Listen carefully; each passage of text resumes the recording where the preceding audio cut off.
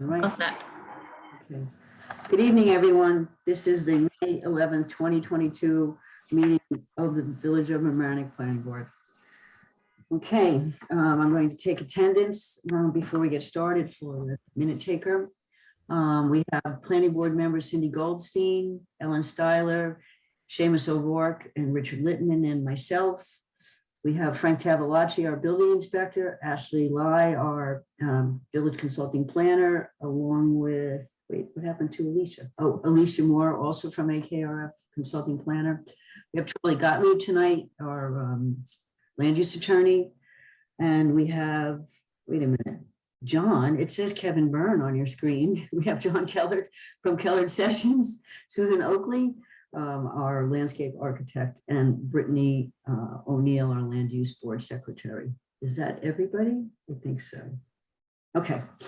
First item on the agenda is the review of last meeting's minutes. So we have before us the minutes from April 27th. And I had no comments. I have a few. Well, I figured you would. I kind of left it up to you this time because I didn't get to them until this afternoon. It was a little crazy. Okay, you should have told me, but okay, I'll go through it. I mean, they're pretty minor.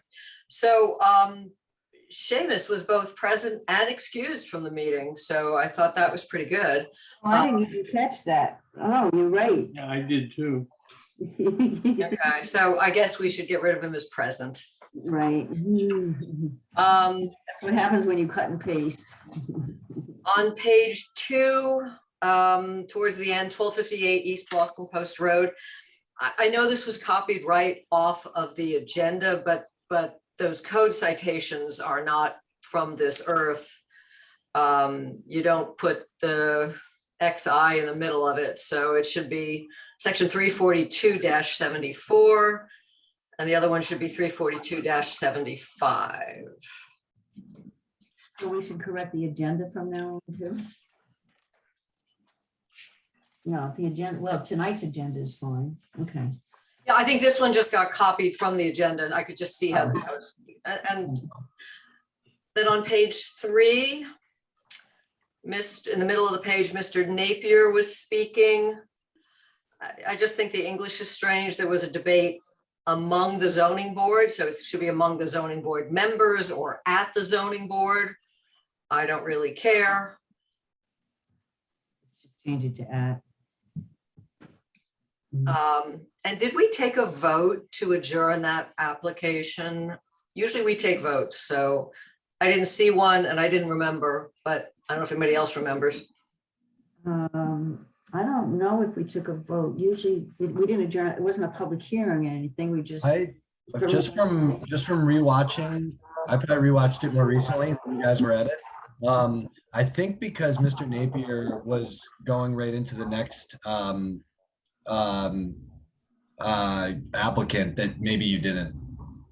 Okay, that's fine. It wouldn't have been an important vote anyway. I mean, the result was recorded. Item 3A, I think we have the same sort of weird code section reference. I think it should just be 342-75C. Then on page 4, the second bullet under Meredith Juliana's commentary. It's either somebody named Holly, or we should say holly bushes or holly trees. I don't know if they're bushes or trees. Susan, maybe you can tell me. Holly might be bushes, holly bush. Although they. I think that probably referred to the line of trees, shrubs along adjacent to the street, parallel to the street. So it should be trees. Yes. Okay. The next to the last bullet in the same paragraph, juniper bushes. Trees. Okay, Which juniper it is. Some of them are just low growing shrubs. I would say shrubs. shrubs. They're trees though. They're large. Oh, they're putting in trees along the back. Okay. So Well, Was that counting towards the 78 trees that they were replacing, or that was just over and above? No, Those were included. The arborvitae were not included, Okay, and the holly were not included. right, yeah, okay, juniper actually has limbs. I had juniper trees in the front yard for a while. Yeah, they actually have limbs. They're trees, yeah. okay. Under Christina Zolazai's commentary, the fourth bullet, I think we should just clarify, we're going to do additional testing in front and back to demonstrate that we have 3-foot separation between our system and the groundwater and rock.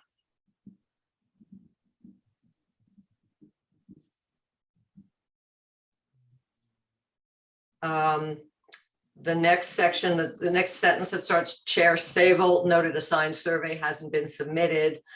But given the nature of the site, the planning, I would insert, the planning board could determine a signed survey isn't necessary.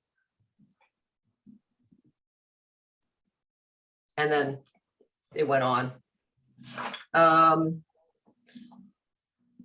Then the last thing on page 5, under adjourn the meeting, again, it's just style, but we always have excused, colon, and then the name. This one had Mr. O'Rourke excused. I would just be consistent, say excused, colon, Mr. O'Rourke. As right above that, it's in that format. Yeah. Okay. That's all I had. You did a great job. You did enough for all of us. Thank you. Okay, do I have a motion to approve the minutes as amended? So moved. Do I have a second? Second. Okay. Seamus, you watched the meeting. You can also, abstain if you'd like. Yeah, I have about 20 minutes of the meeting to go. So I'm going to abstain, please. Okay. Ellen? Yeah, I'm sorry. I didn't hear you. Are you? Yes. Okay, thank you. Richard? Yes. And I vote yes. That's everybody, right? Cindy, did I? Get? Yes. Yeah, sorry. All right, that's that. Let's get that out of here. Okay, so the first item on the agenda is a new application. So it's a preliminary site plan review. Our consultants and our members have reviewed what's been submitted, and comments have already been shared with the applicant with regard to questions and additional information. But we're going to go through all of this. Oops, we have a new person on the attendance. Dennis Drogan is with us, our assistant building inspector. Did I get that right? I hope. Our assistant building inspector as of today. Okay, so we have an application for 415 Claflin Avenue, where the applicant proposes to renovate the building and construct an addition to the property, which is going to also remove an existing I think it's a separate garage and an apartment on the property. And the swimming pool has to get moved to make way, I guess, for the addition at the rear of the home. So can we promote who will be speaking for this application so that they can present it to the planning board and to the public?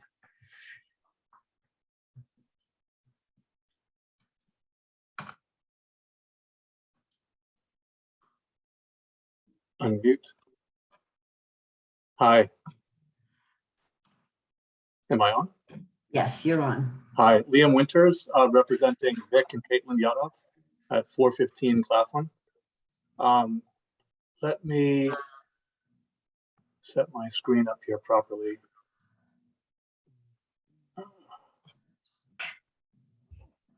Okay, can I take over the screen? Brittany, you'll have to. Here we go. How's that? Can you all see this? Yes. Okay, so just real quickly, I'll walk you through the property if you're not familiar with it or if you haven't been up close to it. right here is basically the first slide in lower left is what you see from the street at the driveway. And the next slide over to the right is basically the porte cochere and the main house. As you walk around the property, on the lower right here is basically, it used to be the ballroom or something, and now it's probably going to be turned into a kitchen. And on the next level up on the left is the accessory structure that the owner would like to remove. It's a legal living space and a garage. So as you come here to the next slide over with the car in it, you see the existing garage structure and the existing house on the left coming into focus. And here's on the right side is the distance between the neighbor on the rear yard and the main house. There's a great deal of driveway that we intend to take out. Looking back on the upper left, one row down, is the existing garage and apartment space. Looking back at it, it's quite large. And then you can see the other slides as you walk around the house. You can look over the pool, which is about 3 feet from the what room is going to be the new kitchen. So it's really, really close to the house, closest I've seen in a long time. The back of the house as it goes around, walking through the porte cochere. And as you look from the street at the home on the left, you can actually see the garage structure right up against the property of the neighbor to the left. So we thought everybody would be glad to see this moved. So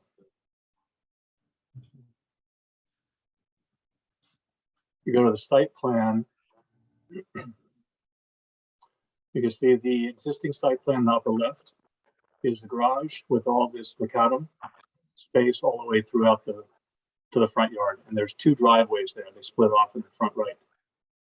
So what we'd like to do is the lower left, consolidate the accessory structure with the main house, move the pool a little bit away from the house, keep it centered in the back of the new kitchen, and put the garage to the front and put another driveway access to the street so that people can easily get in and out of the property.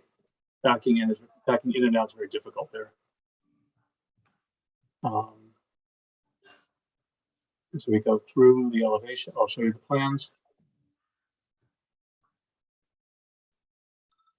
This area right here, it's not filled in, is the existing footprint of the house. The rest of this is all that we're filling in.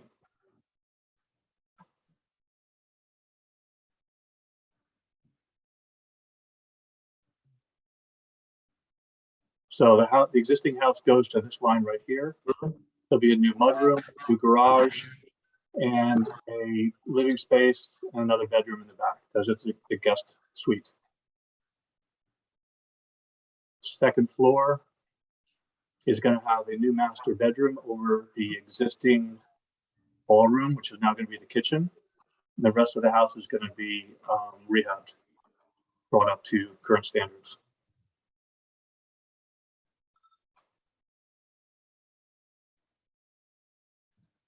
There we go. Sorry. And then the third floor, we're going to leave alone.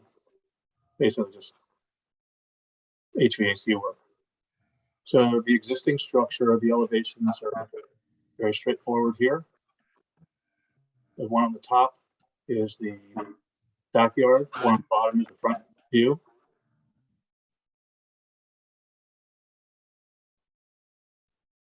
And this is the design that we came up with, trying to tie these pieces all together. And the lower is the new, we're going to put a new front door right here and the new mudroom access over here.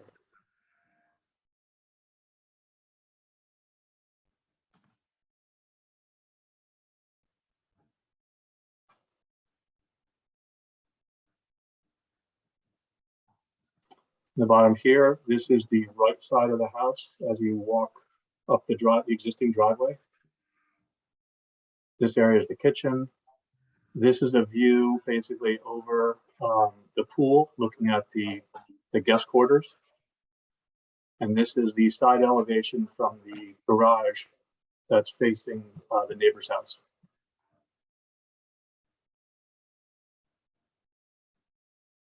So that's basically it.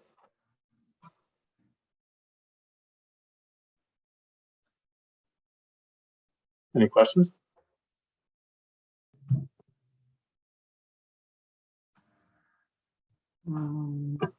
Anybody have any questions, or do we want to continue and save the questions for afterwards? Do you have any other presentation? I think I saw the engineer was also on. Yeah, I think Hudson should probably weigh in and speak on their part of the work. Yes, good evening. Michael Stein with Hudson Engineering. We're the engineers of record for the project. So in addition to the substantial reduction in impervious area with the elimination of the driveway around the rear and the detached structure on the site, we're providing a full stormwater management plan to provide mitigation for all the new impervious areas without taking credit for any of the existing, the removals of the existing impervious areas.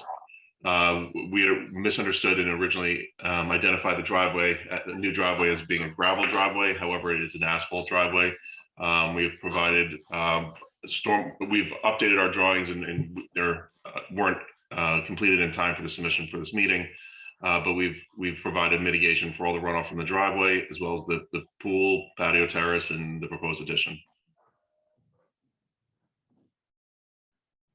Okay. And I think you've also submitted a landscape plan. Yes, we did.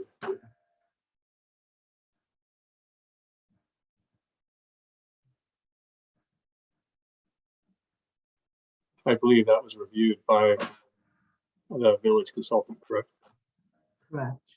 Correct. And you've received comments, correct?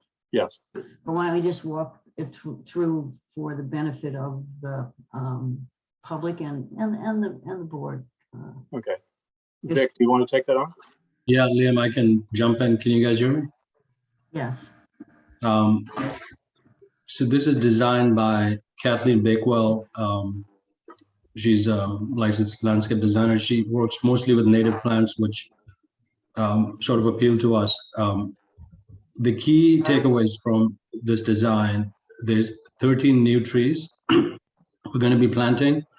Towards the upper right corner, you see 3 trees. Those are going to be fruit trees. Then coming down, straight down, Liam, the bigger trees here, I think she details them in her legend. And then there's 2 smaller trees we're going to plant close to the house, right next to where the old driveway used to be, right by Portraiture. And going into the front, we're adding this bigger tree by the driveway. And then bottom left corner, we're going to add 3 new trees, and then add a bit more sort of a privacy through new trees between the guest house and the neighbors. You know, A, we're removing the structure. B, we're going to add a little bit more greenery on the side to sort of enclose the whole house between trees. And then she's added a lot of planting borders around, which are not visible on these. You can see that she's done the outline at the back, on the sides, and in the front.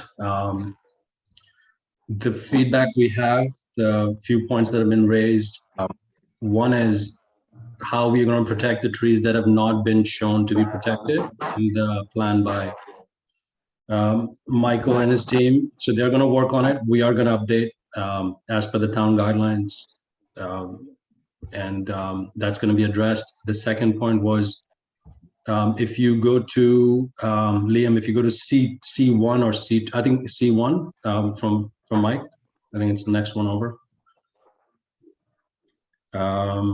Is this it? Yeah, this one. Next one. This one actually. If you can zoom to the top left where it says remove these 2 trees. So this has been commented by ARKF, and so the tree on the left is actually not being removed. It's a wild cherry tree. We quite love this tree. This is on Kate's plans. You can see it's we have actually rehabilitated that tree. It's going to stay. The tree by the pool equipment is a stray maple. It's not a large tree. It's a fairly small tree that has to go. So we are going to be planting 13 new trees on the property after we've done the construction.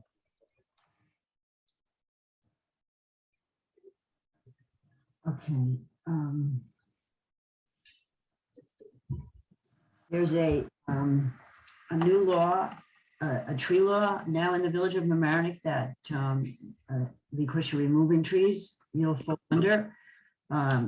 If you go to the Village of Mamaroneck website and you click on the code section, the new law hasn't been incorporated into the body of the code, but you'll see a section that says new laws, and you'll see the tree law there. And it will delineate what you need to submit to the planning board with regards to a tree preservation plan for the trees that were there, and a tree replacement schedule where your landscape architect could indicate the size of the trees that are coming down. There's a chart as, you know, as far as, you know, if there's a tree of a certain size, you have to replace it with trees of, you know, 1 tree, 2 trees, or 3 trees, depending on the size. You may or may not have met all the requirements for that, but it should be spelled out very clearly so that it can be reviewed by us. Kathy, I've included that in the memo. That chart. I know you have. I'm just reiterating.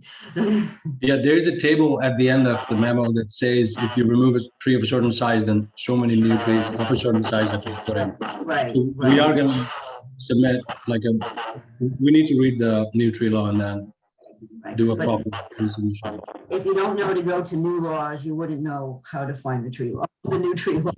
So I'm just explaining that if you pull up the code on the website and you just go to the new law section, and Okay. the vendor doesn't incorporate new laws as they're passed. They incorporate them into the code 1 or 2 times a year. I don't really remember. Okay. All right. Anything else, yeah, applicant, you want to put forward to us before we go through comments and whatnot from our consultants and from the planning board? I don't think so. Okay. All right. You want to take your screen down then? There And you go. okay. Change my view so I can see you all. Okay. Thank you very much. Ashley, do you want to begin with comments from AKRF? Sure. So one of the first comments is that we noticed that the property is bisected by a tax lot or a tax boundary line. So the village has been investigating whether or not this was ever formally subdivided. I don't know if Charlie can add more to that, but what we may need to consider doing is having the lots merged as part of this application to clean it up, unless we can determine that it was never formally subdivided.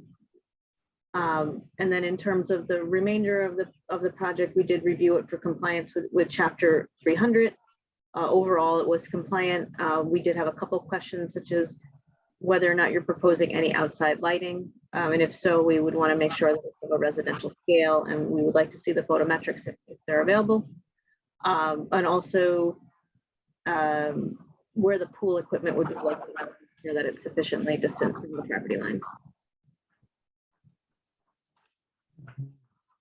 As far as the lighting is concerned, we'll definitely take care of that and show you specs. We have no interest in shining the light out. It's going to be down lighting or up lighting where appropriate only. Vic, where would you be proposing the pool equipment? Yeah, so the pool equipment we are planning to put, if you reimagine the rectangular plot you guys are looking at towards the back left corner, within what's allowed from the offsets. So I think, Mike, you've looked at it a bit. We can place it explicitly to show it again, like where we want it. I don't know if you've shown it. I didn't see it on the plans that were submitted, so just make sure that they're shown on the next submission. Right, they're not on, you're right. And it's appropriately screened for both sight and sound. Having had a pool equipment shed put right on my property line, I can tell you right now, it makes noise. And our pool code isn't quite up to date with what people are doing in pools. If you're planning any outdoor in-ground stereo system or music system also, it has to be made sure that it's not obtrusive to the neighbors as well as. We're not going to add any sound, absolutely not. But it so happens that the adjoining two houses have their pools at that corner too. So like the one on the immediate left and the one on the back, they all have the pools somehow, happens to be at the same area. But we'll submit it as per what you've just mentioned. Okay, great. Okay, John, Colored Sessions, I know you had some comments. And all the comments have been shared with the applicant. You have them all in writing. Yes, we reviewed the site plan. It was well prepared. The applicant is addressing the stormwater mitigation. And there's minor regrading on the site. So our comments were limited to the driveway in the front yard. And as Michael Stein discussed in his presentation, he addressed one of our issues was the stormwater mitigation of the driveway, and Michael commented that he is providing that mitigation at this time. So my only remaining comment was the depth of the back out area by the garage. There were no dimensions on the plan. It appeared to be about 20 feet. There was just concern whether the vehicles entering and backing out of the garage was going to have enough room with a 20-foot depth, if that's what it actually is.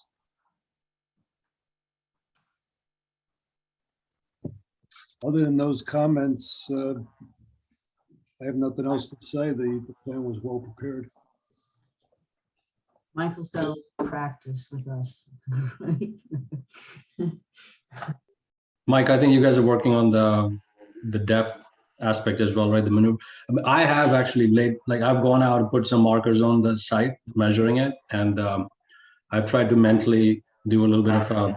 Our biggest car is a Suburban, and we can swing it around, but I defer it to Mike too. Yeah, but we actually are putting together a turning radius plan to demonstrate the ability to pull in and back out of the garage. And there's no regulation how deep that has to be. I'm just pointing it out. Just, so it's the homeowner being able to easily get in and out of their garage. That's what it's all about. Okay, that brings us to Susan Oakley from Terabella Land Design, who also has reviewed the plans and put some comments together. Susan, you want to summarize them for us? Sure. First of all, it was a pleasure to receive a landscape plan that was not only extensive, but varied, and the majority of it being native. So that's commendable. I did find that there were a number of trees. There were, as the applicant explained, there were a number of trees marked for removal and a number of trees that indicated tree protection, but there are also a large number of trees on the plan that were marked as neither. So I, in the memo, mentioned that all the trees that are remaining should be protected as closely as they are to the line of disturbance. Some seem to overlap that. And also there was that they needed a tree protection plan as indicated in the new tree law, as was discussed, and a minor change in the Hudson Engineering details sheet, which was clarified on the plan. So. Okay. Does any member of the planning board have any questions with everything that we've heard here tonight? I have one for Ashley with regards to the 2 tax lots.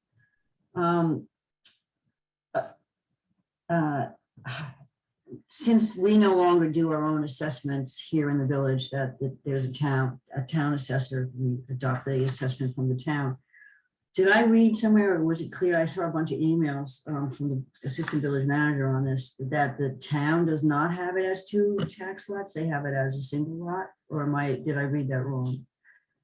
It shows up in the Westchester County GIS as two tax maps, two tax lots. But I guess the historical deeds, it's not as clear, although I'll defer reading deeds to Charlie. Oh, I don't know, Charlie, did you get a chance to look at that? Yeah, so Ashley's right. It does show up as two tax lots on the GIS system.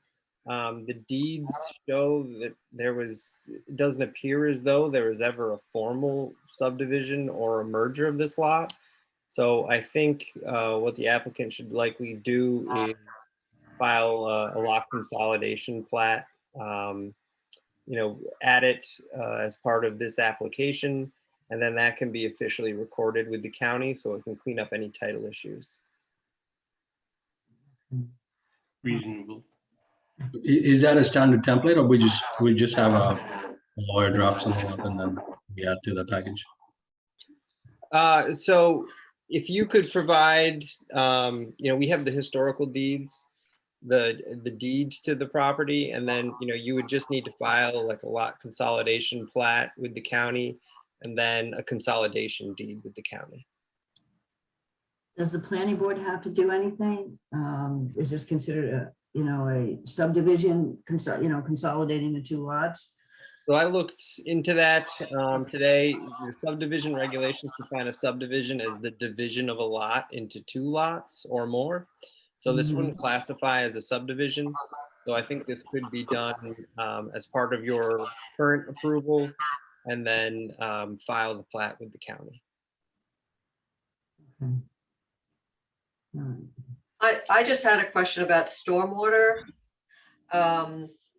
Is there any rock on the property? Are the Cultex, that's the best way to go, and they're feasible, based on conditions in the field? Yes, where we're proposing the stormwater management system, we did a test hole there. We got down to, we excavated to 8 feet deep without encountering ledge rock. At some of the other locations on the site, we got down 36 inches and 48 inches. Therefore, those areas weren't conducive for doing a dry well system. So where we have it located, we have no issues. Okay, thanks. You're welcome. Anybody else have any questions at this time? Getting back to the turning radius on the driveway, a good rule of thumb is usually 22 feet minimum to back out of a garage. 24 feet would be comfortable, but 22 is like the minimum. 20 feet is tight, especially for a suburban. Definitely agreed. Okay, thank you. Okay. This brings us then to our action. We need to type this application for SEQA tonight. And then the applicant can go back and fill in some of the gaps and answer some of the questions from today and come back when you're ready. Do you want to talk a little bit about SEQA? Yes, so the proposed project, we're recommending that it be classified as a type 2 action under SEQA pursuant to 617.5C12. Because it is just a single family home. Any discussion on that? This is just a typical single family home. We've done lots of these. They're all type 2. Okay, so then I need a motion then to type this application as type 2 action under SEQA. Ashley just gave us the citation. So moved. Second. I didn't even ask for a second. Oh, just move. Just move. I've done the dance before. I'm just moving it along. Okay. All right. We have a motion on the table to type this as a type 2 for SEQA. Ellen, Yes. Richard, Yes. Seamus, Yes. Cindy, Yes. and I vote yes. Okay. I think that's it for tonight. You guys have some homework to do. Not a lot. You've come very far in the first meeting. So Thank you. thank you. So we can leave now, right? Yes, you can. We'll Thank you very much. Have a great night. demote you if we want to stick around. No, thank you.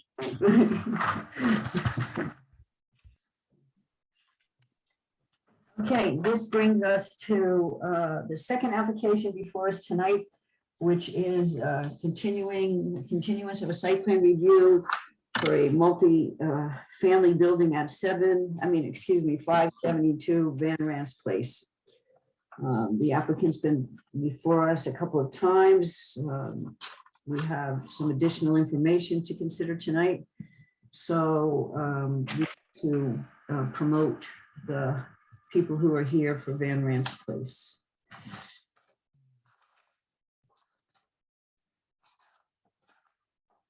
Good evening, members of the planning board. Can you all hear me all right? You can. You're here for, I guess you're going to be here anyway, so you're here for your colleague. I'm here for the rest of the meeting. Yes, you are. Okay, Kristen. Good evening, members of the planning board. For the record, Kristen Motel. I'm an attorney with the law firm Cuddy and Fader on behalf of the applicant here. We've got a number of members from our team here. So Brittany, I'll give you their names if you want to promote them. We have Jerry Ryan and Brendan Ahern from DGC Capital, who are representatives for the applicant and the property owner. We have Greg Dallop from Sullivan Architecture, Michael Stein, Hudson Engineering, Brian Dempsey from Divney Provident for traffic analysis, and Dan Connors from Eris Energy Solutions. I think that's everyone. We wanted to get a full team here before you tonight to answer all questions. And Chair, I'll defer to you on how you want to go about this. I know we gave you a rather full submission in April, and I guess the goal of that was, and we heard you loud and clear in March, in continuing the SECRA review to provide a full and a complete record for this matter so that the planning board as lead agency can make a SECRA determination here, and we can proceed with the site plan review. We can proceed to the Zoning Board of Appeals for the area variances and Harbor Coastal. There's a number of approvals that are going to be required for this project. So if you would like me to summarize the proposal and run through the environmental impacts that we studied as a team, I can do that. If you want to hear from your consultant or from Ashley first, it's up to you.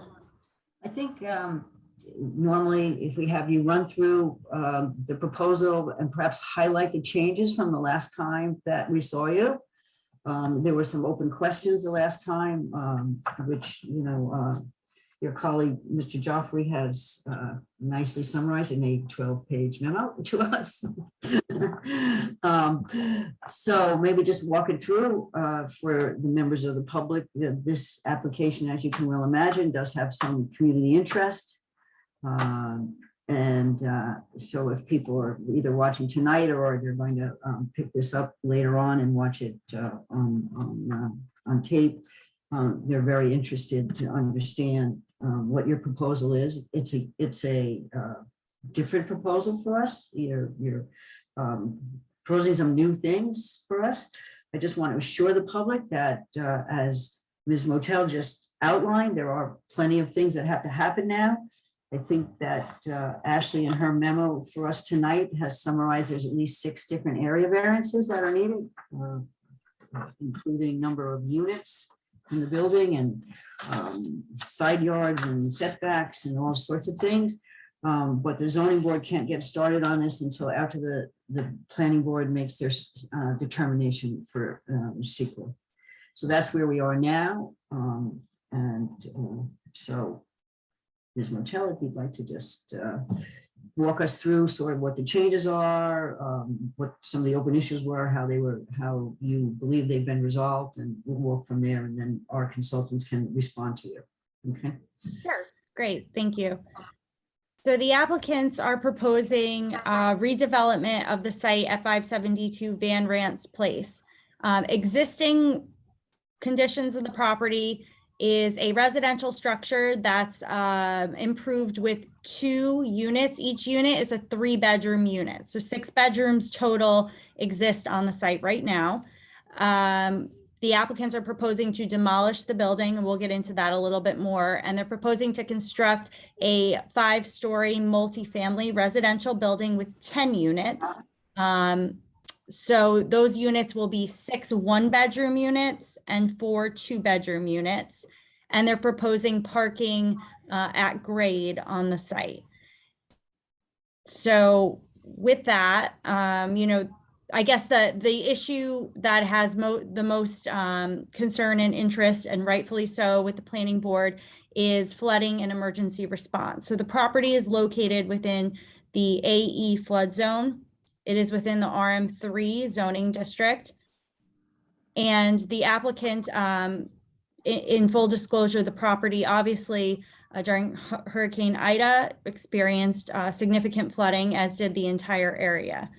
The applicant is well aware of that, and they are looking to increase this overall safety of the site and keeping emergency responders and flooding conditions in mind. So as an outgrowth of our discussions with the planning board, as well as our initial review from the Harbor Coastal Commission, we are proposing a building that is not only sustainable, but completely resilient and flood resilient and climate resilient. And what I mean when I say that, and again, members of our team are here to answer your questions after I'm done giving you a summary.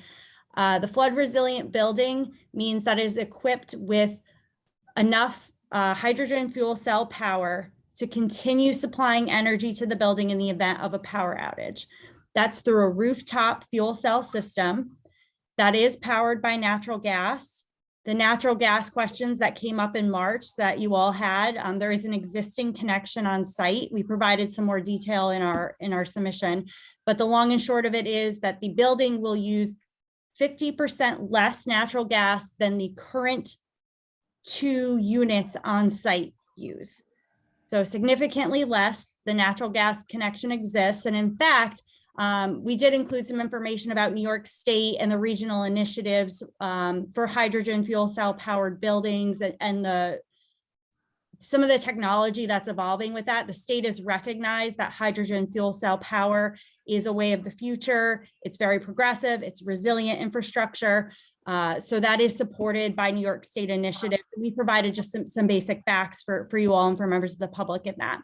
So the building will be powered off of hydrogen fuel cell system.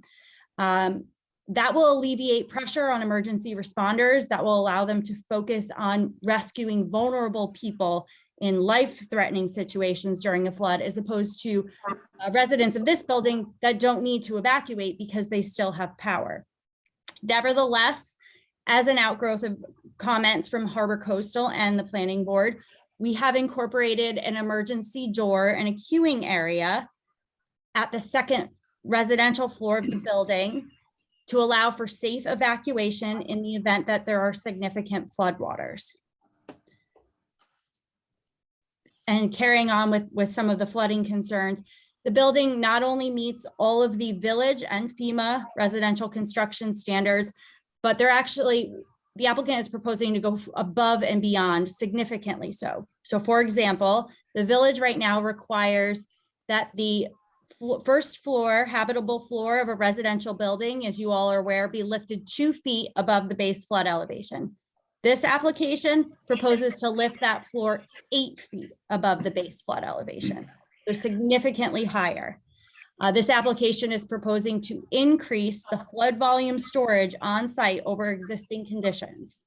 So it's going to, in theory, improve flooding conditions in the event of a significant storm. The building's also designed to make sure that all the utilities, all mechanicals, everything is lifted on the top floor as opposed to being located in the basement, or well, there will be no basement at grade, the lowest floor.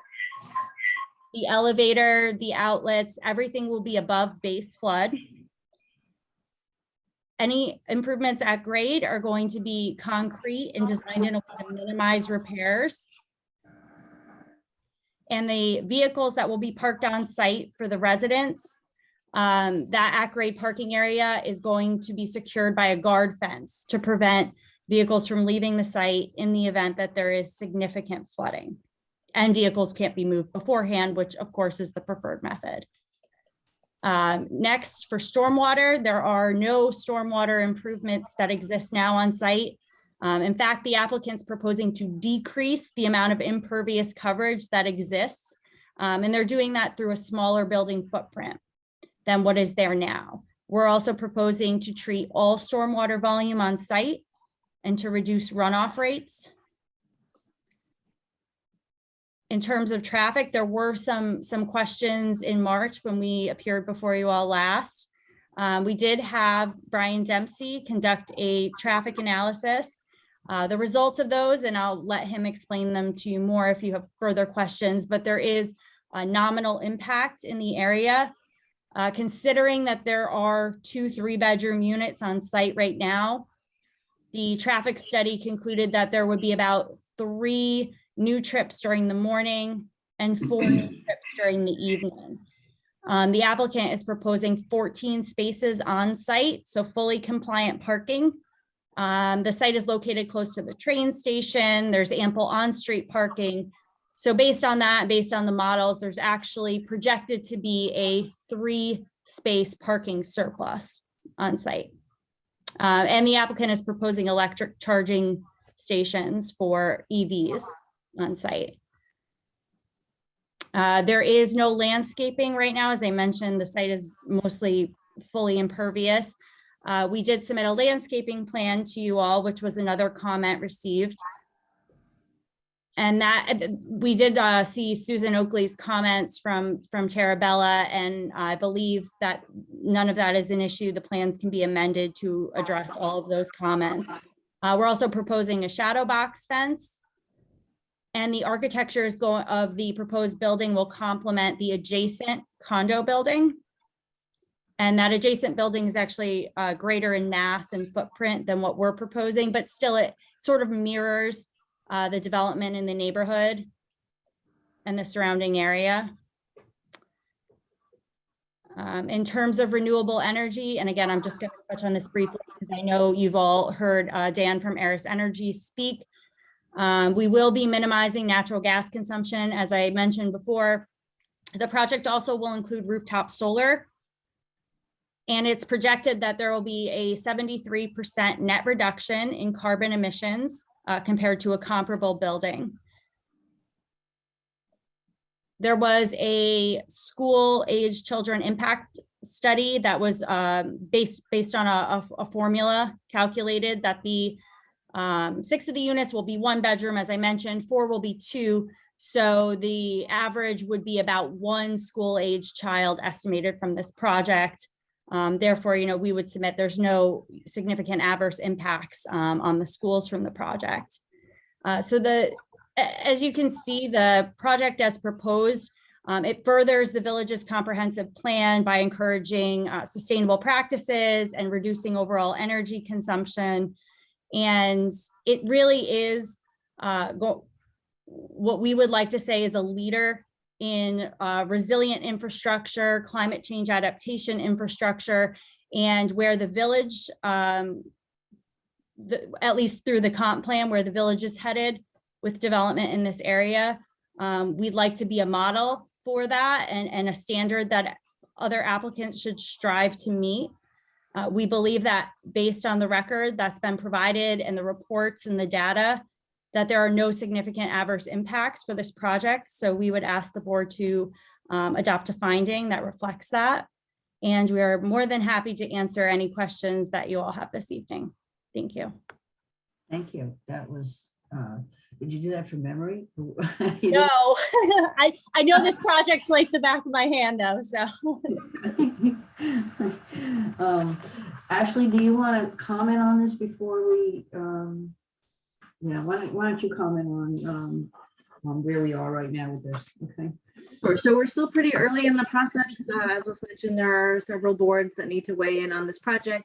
At this point, the planning board has declared its intent to be lead agency and then declared lead agency. You did receive comments from the Zoning Board of Appeals in Westchester County on some, and also the Harbor Coastal, I think, sent some comments on what they wanted to see evaluated during the SEQR process.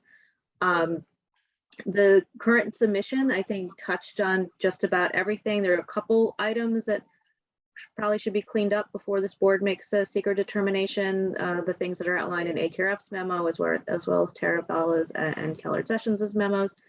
And potentially at the next meeting is when you could consider making a secret determination.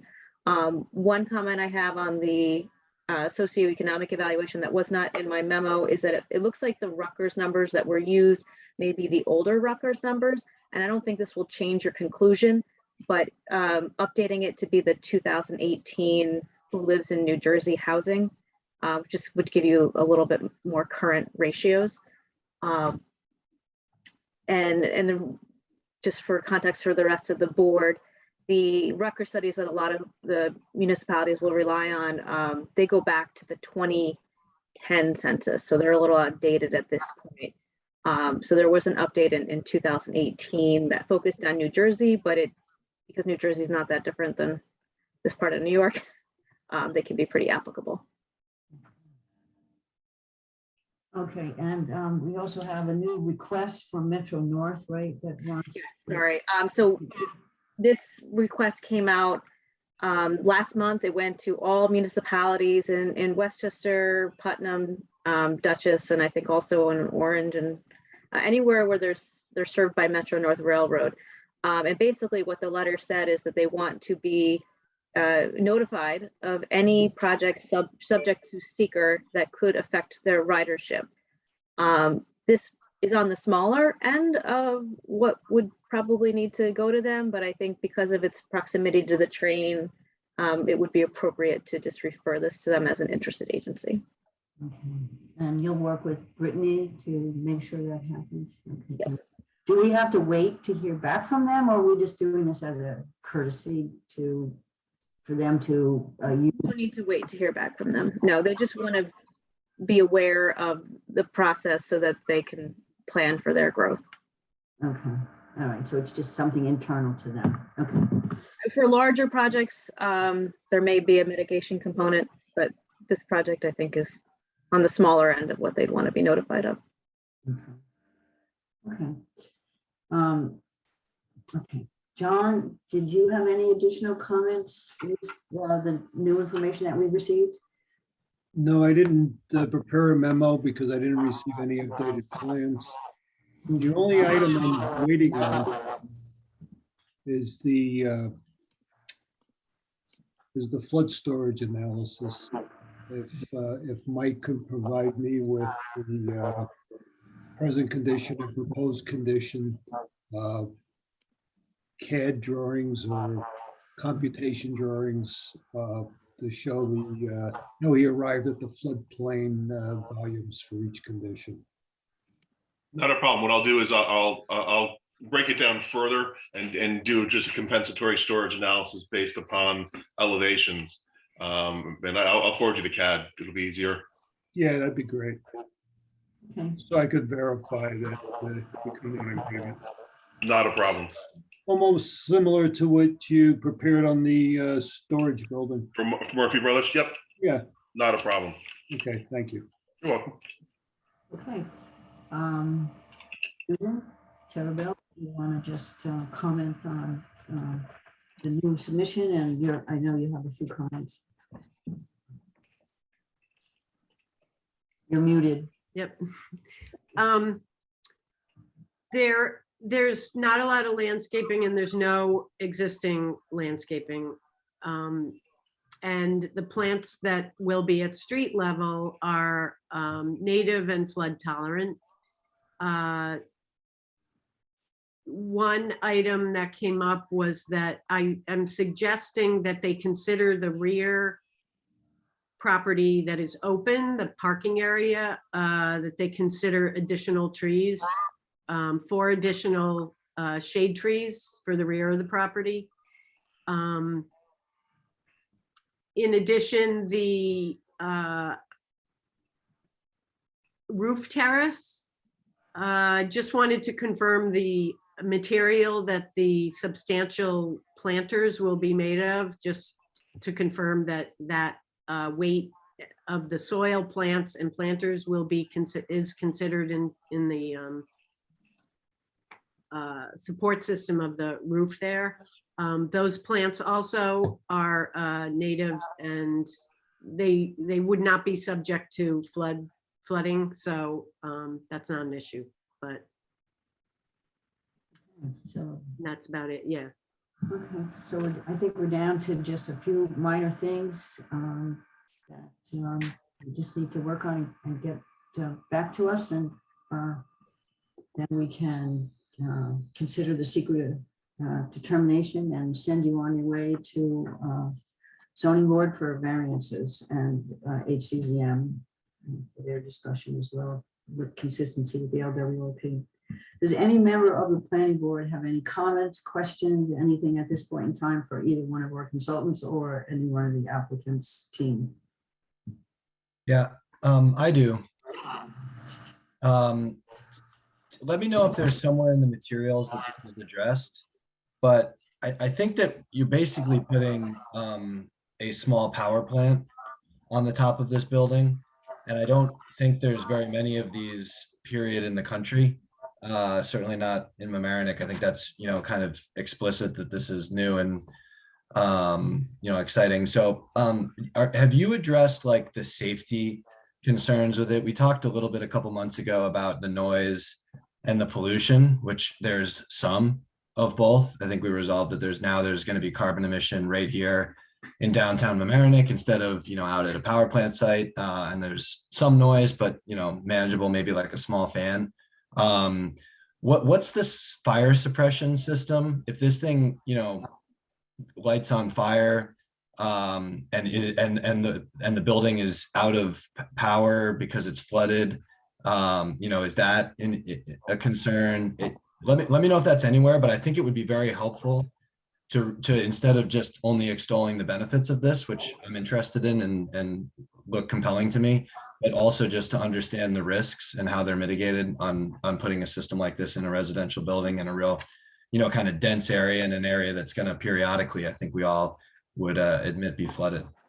Sure, Seamus. So, but I'm going to let Dan answer that. I know that Eris Energy Solutions provided a memo in Exhibit J of our last submission, which runs through some of this. And Dan, if we have to add some more information, then we can do that. But do you want to address some of that? Yes, please. Thank you. Sorry for the.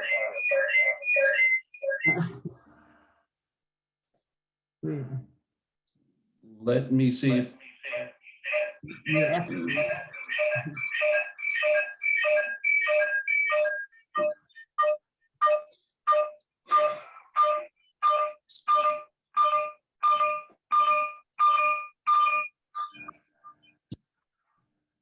Hold on.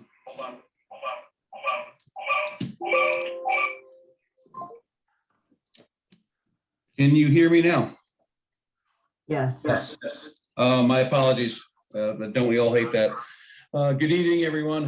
Thank you for your question. So I want to emphasize that the fuel cell system, and there are about 2,500 or so of these operating today in people's homes in Europe, much more in Europe than here, is really very, very similar to a gas appliance in terms of its safety. And it is effectively a gas appliance. It does produce some byproduct heat, and it happens to produce electricity as well. But there's no fuel storage in it. It's the continuous flow of the natural gas into it. So you don't have a propane tank. You don't have a fuel tank of any sort. So it's much like a household appliance, a household gas appliance. So, and then it's on the roof, right?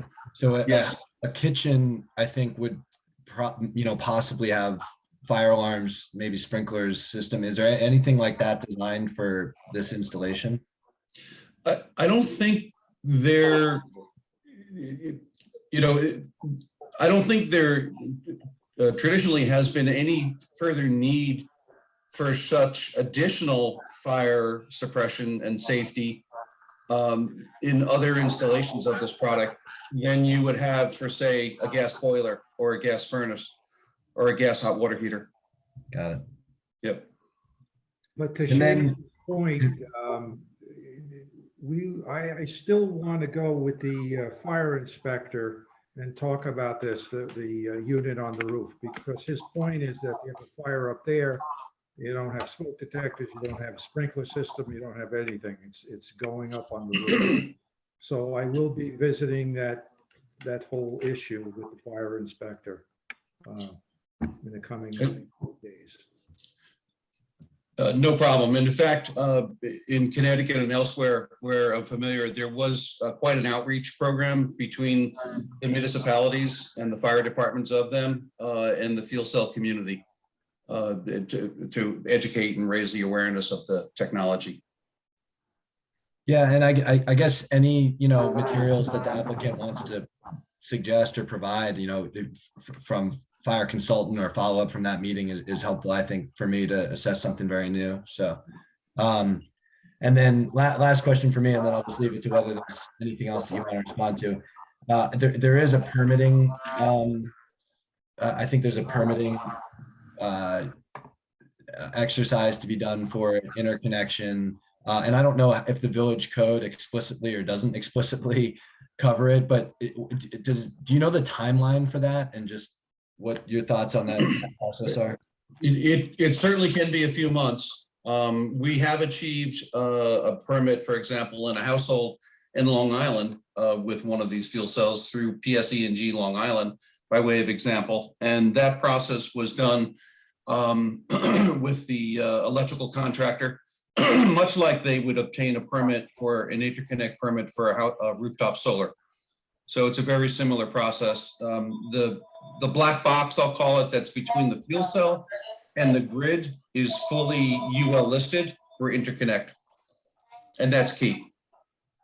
Hello. Somebody's muting themselves. Yes, thank you, Brittany. And yeah, so that's all. Thank you for that.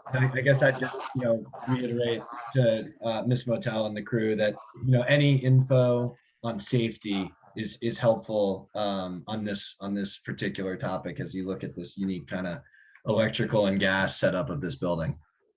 Understood, Seamus. We'll provide some additional materials. And Frank, we did loop Chief Costa into our plans. He's been provided with copies of all of our materials. And I know John Sullivan reached out, had a discussion with him, and then reached back out for comment. And, we're awaiting those comments. So, maybe when you're out there with him, then we can get some feedback from you both. Yeah, the fire inspector and the fire chief are two different people. Okay, thank you. And there are rooftop fire suppression systems that are used in large buildings and large installations. I don't know if they have them on a smaller scale. But a good friend of mine actually installs them, so I'll ask him. Okay. He's going to be surprised by that question. All right, anybody have anything else? You guys, I think you understand the open issues. There's not that many of them. We can try to wrap this up. I have a couple of, or Ellen, do you have? I'll do mine real quick because you touched on some of them. Yeah, I was wondering what was happening with Chief Costa since that was back in February. Wondering if he had gotten back with a memo or something we can assemble for the record. Our experience has been that the fire department does not put anything in writing. They'll give you verbal comments, but they don't put things in writing. Well, maybe somebody could memorialize those verbal comments. Otherwise, I don't know what they are. Right. We have this with another project. Yeah. Yeah, but at some point we need their input. I agree with you, but they're volunteers. They don't, who can make them do that? I don't know. No one. Okay. I just want to clear up something, Ms. Motel, you said, I think 14 parking spaces on site.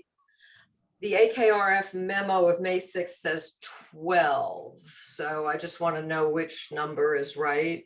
Right. So the project is incorporating 2 stackers to utilize a mechanized stacker system. So there's only 2 proposed. With the stackers, there will be 14 spaces provided. Without, there will be 12. Now, that being said, of course, we're going to provide the ample parking for the residents. But I know that we had looped Frank in there, and maybe Ashley was not aware of the stackers, and that was our mistake, but we are proposing 14. I do remember that conversation, so I wondered if that was it. Yeah. Great. So how do you deal with ADA compliance? I mean, having a method to evacuate people is wonderful, but I'm not sure somebody with mobility issues or other issues could get into a boat off the second floor, you know, the structure that comes out over the front of the building. Do you have to do anything with ADA for compliance? Because obviously elevators won't work in an emergency. Well, I'll let Greg maybe better to jump in here, but I can tell you, the building will be fully ADA compliant as required by code for new residential. However, that emergency door that was added here, that's not required by code. That's something that we agree with the village is something that is prudent and forward looking, something we should incorporate. If we didn't have it, which we're not required to, there wouldn't be an issue. We'll certainly take a look at it, but we're not required to have it, and having it is kind of going above and beyond. I'm not sure from a practical standpoint what can be done. I know the queuing platform is a flat area. Greg, I don't know if you have anything else to add about ADA. I mean, can everybody hear me first? Yes. Okay, thanks. I mean, from my experience, a lot of times, like if I'm thinking like a fire, you have like an area of refugee area where somebody who can't necessarily get down the stairs in the case of a fire would have to wait there for emergency personnel to come rescue them. I figure it would be something similar. I mean, that queuing area that we had outside the building would be something like that, but I can't think of a situation where it would be easy to get someone out in that particular situation, actually. Or any other building. I mean, yes, I mean, this one's not special in that regard, but like we would, it would be something akin to an area of refuge where you would have a person, waiting for rescue in that situation. I mean, okay. I understand. I mean, I think many of us on the planning board and in the community are concerned about people being stranded in the building, not about them drowning, not about them losing property, but emergency, personnel would be very stretched that day. So I'm just trying to figure all that out. And I think there was a suggestion from one of the consultants about an emergency management plan. And I'm wondering if you would be able to warn renters that this flooding happens way too regularly and way too frequently, and I don't think it's going to stop. So, in 8 or 10 years or 15 years, it may have faded from memory that anybody who rents in this building needs to understand when they're told to evacuate or move their car or whatever, that it's serious. So I thought the suggestion of an emergency management plan for the residents was good. And so I just wanted to remind you, if you haven't, looked at any of that yet, of putting it down in a manual of some kind. Yeah, so that's a great point. And the owners and the applicants intend to have an emergency manual. The village, we had inquired with some of the village consultants on whether there was a standard template for that. They said, no, not really. That's something that you all create when you get your project approved and you try to lease the spaces. So, that will be something, and included in that will be a notification system for severe weather, reminders to residents, not just about moving their cars off site, but, the dangers of flooding and the evacuation procedures and emergency procedures for the building. So that is certainly something that will be in place here. That I can tell you the building owners are very, very serious about keeping their residents safe and adequately addressing flooding concerns. So that will all be part of the operational plan for the building. Great, thank you. I just have one more concern, and similar with regards to the emergencies. I'm not sure how many of the evacuations, especially during Ida, actually took place by boat. A lot of people were kind of stuck where they were in higher ground until some of the waters. I don't know if the village has large boats for evacuation or if they were able to borrow them from somebody else. I mean, when you see pictures of them evacuating people, they're in front loaders, you know, and they're standing there and, you know, they can get as many people in as possible. And so I think it's great that on the second floor, you know, evacuation by boat. I think this is something that with climate change and more frequent flooding that the village has to understand or address whether or not they have the vehicle power to actually address this. You know, other than vehicles that are going to be on the streets. But I've never actually, you know, any kind of coverage with regards to the flooding, never showed anybody in any boats that I can remember. I mean, I could be mistaken, but you see a lot of pictures of the front loaders. So as far as, you know, evacuating people with mobility issues, it's going to not be any different than any other building. And perhaps they, you know, should be encouraged to evacuate before the event happens. And for your emergency management plan, since you are planning on the building, planning on being totally sustainable and half power so people could shelter in place, part of the reminder before the event happens is for them to stock up on food because there's no point in staying in your apartment if you don't have anything to eat. So move your car and make sure you have up to 5, 6, even maybe even longer days of food in the house that you can have to sustain yourself. Running water shouldn't be a problem. I don't think we've ever lost domestic water, but they do say to fill up bathtubs and things like that to have fresh water. Anybody else? Ellen, do you have some comments? Did you have some comments, Ellen? I guess I would just say that my concern is that the greater number of units to me means there is a greater density of population here. So if we're looking at evacuation, we need to keep that in mind. If, it probably with 2 units in the building, maybe you have 4 to 6 residents living there. With 10 units, you've got at least 10 to 20 people living there.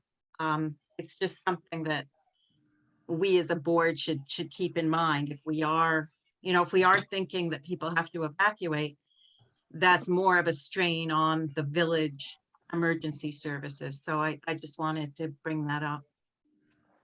Good point. Yeah, that's a good point. The units that are there now are 3-bedroom. So, there are over 10 people that can live there. The units that are proposed, the majority, 6 of them are 1-bedroom units. So that the net increase in bedrooms is very small here. And there will only be 4 2-bedroom units.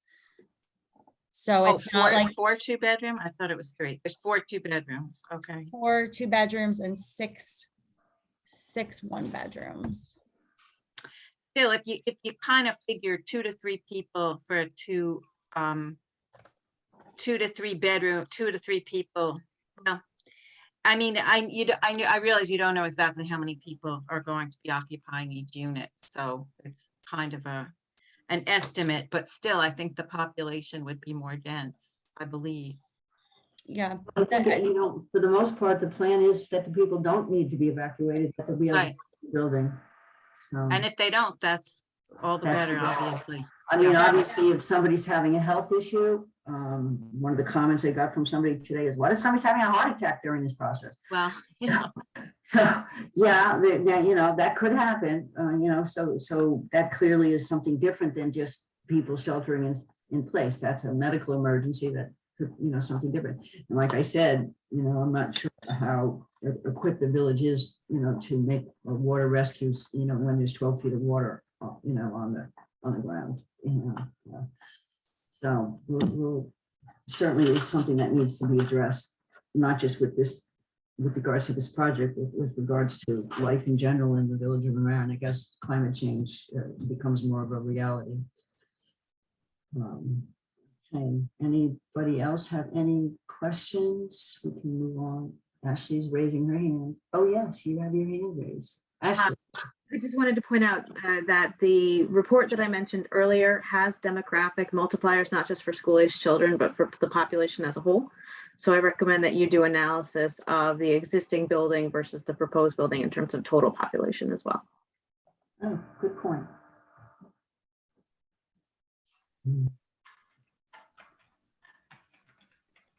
I'm just out of interest. I'm glad that came back up. Is how that works. It wasn't completely clear to me from the memo.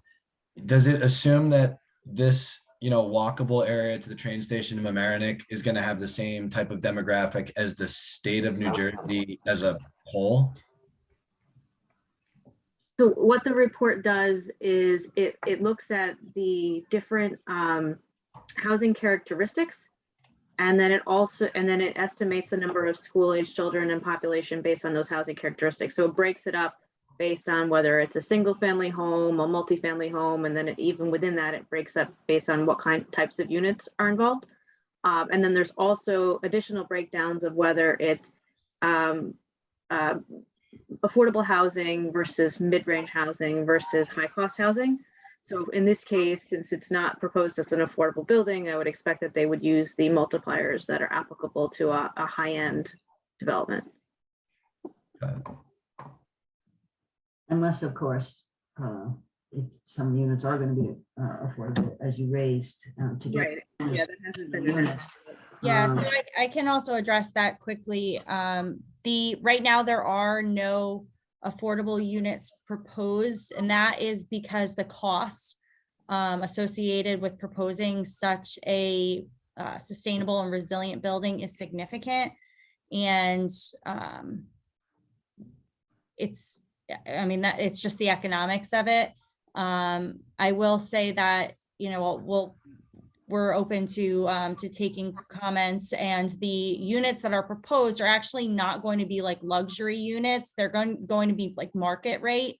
So I know that's not affordable per the village's definition, but I think it is worth noting, and it's something that to take into consideration the substantial cost of building a building like this, because it is considerable. Just as long as you're aware that you have more units in the building than the zoning code allows, so you would need a variance for that. Or Yes, if you had affordable units, you get a bonus, you can have more units. correct. Yes. I Okay. think the trade-off would be, and this is a conversation for the zoning board certainly, but the sustainability and the resiliency features versus the number of units. So, Right. yeah. That's a conversation for the zoning board. Although we're interested. Okay. Do you have anything else? We can move on to the next item on the agenda. And then I think we have the village attorney almost ready to join us for the executive session. Getting text messages here. Thank you for your comments. We'll put together some brief materials that address these, and hopefully see you very soon. Thank you. You stick around. I'm gonna be here. Okay, that brings us to the last item on the agenda of the applications. We have the executive session, advice of council session, whatever you call it, afterwards. Okay, so we have a request from the owners of 652 Shore Acres Drive, who got an approval almost a year ago for a project who got delayed, which is not an unusual experience these days, as we all know, listening to the news and watching things going on around our neighborhoods where people's garage doors were plywood for months and months and months. That COVID and the supply chain issues bothered. So we have a request for an extension of their approval. Kristen, do you want to say anything more about this? Yes, thank you. Just again, for the record, Kristen Motel, attorney for Caroline Young and Stephen Trachtenbreit, the owners of 652 Shore Acres. They were actually granted building permits by the village for this, but the way the language reads in the approval resolution, the expiration is associated with commencing construction, and given supply chain issues, we're being overly cautious here. We still have a few weeks before the expiration date, but just given the way the market is, we are requesting an extension to make sure that we are able to get the materials in time to start work. Thank you. Okay, anybody have any comments? Anybody? And Ashley, do you have any comment or anything? I mean, this seems like a pretty straightforward request. Administrative request, no concerns. Is the only reason that hasn't started construction just timing of supplies and supply chain?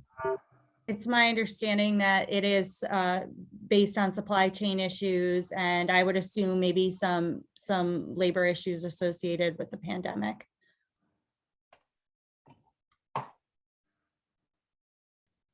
This was approved in 2021 May, so it's been 12 months. Yeah.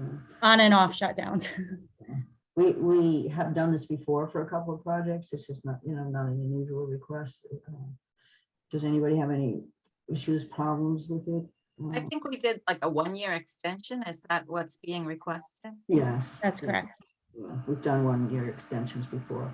We don't anticipate needing a full year, but it's just the way the board has acted in the past is 1 year. Again, being overly cautious here. We have the building permits in hand and the owners are anxious to get started. So hopefully soon. They wanted a pool, right? It's getting to be pool season. Charlie, do we need a resolution or anything for this, or we can just do this with a voice vote? Nope, you can just do a motion and a vote, and it can be recorded in the minutes. Okay. All right, anybody have any comments or concerns before we move forward? No? Okay. All right, so then I have a motion then to extend the, what's the rate? The approval granted by the planning board for another 12 months period of time to commence the construction. So moved. Okay, do I have a second? Richard seconds, show of a hand. Okay, let's vote. Seamus, Yes. Ellen, Yes. Cindy, Yes. Richard? You're muted, but we could see your mouth move.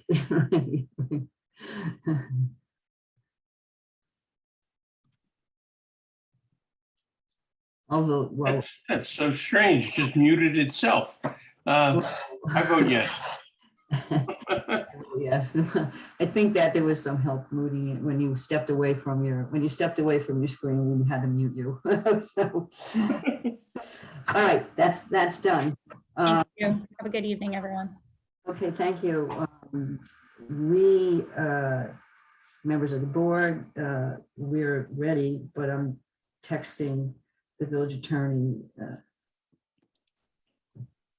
to see if he's ready. He gave me a note a short time ago and said he needed he gave me a note 20 minutes ago that said he needed 20 minutes. So hopefully we're on time. And once we go into executive session, then the only people we need to come back to this meeting will be the members of the planning board and Brittany, who has to run the controls. Because we're just going to come back and adjourn the meeting. 5 minutes. Okay, 5 minutes. So we can log out of this meeting, log into the executive session, and I'm going to tell him just to log in. Okay, so first I need a motion to go into executive session, and I don't have the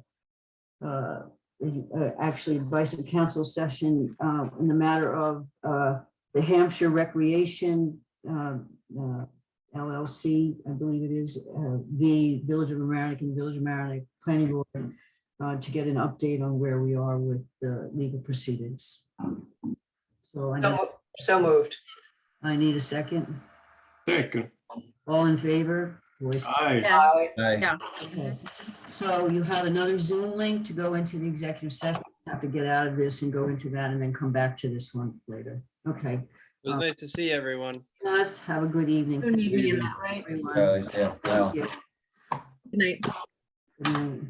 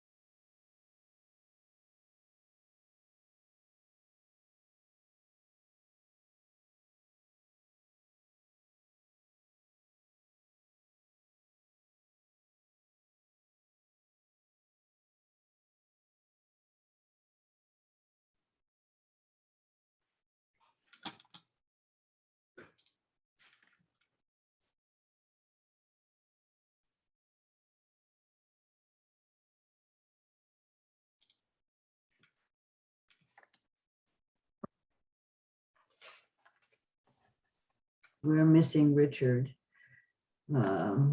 But we can begin. Okay, I need a motion to end our executive session or advice of council session. Oh, here's Richard. Okay, so I need a motion to end the session. So moved. I need a second. Second. All in favor? Aye. Aye. And now I need a motion to adjourn the meeting. So moved. Second. Let's let Ellen second things. Yes, tell me. All in favor? Aye. Good night, Aye. everybody. Thank you very much. Good Good night. meeting. Thanks, Brittany. See ya. Good job. Bye, Brittany. Thank you. No problem.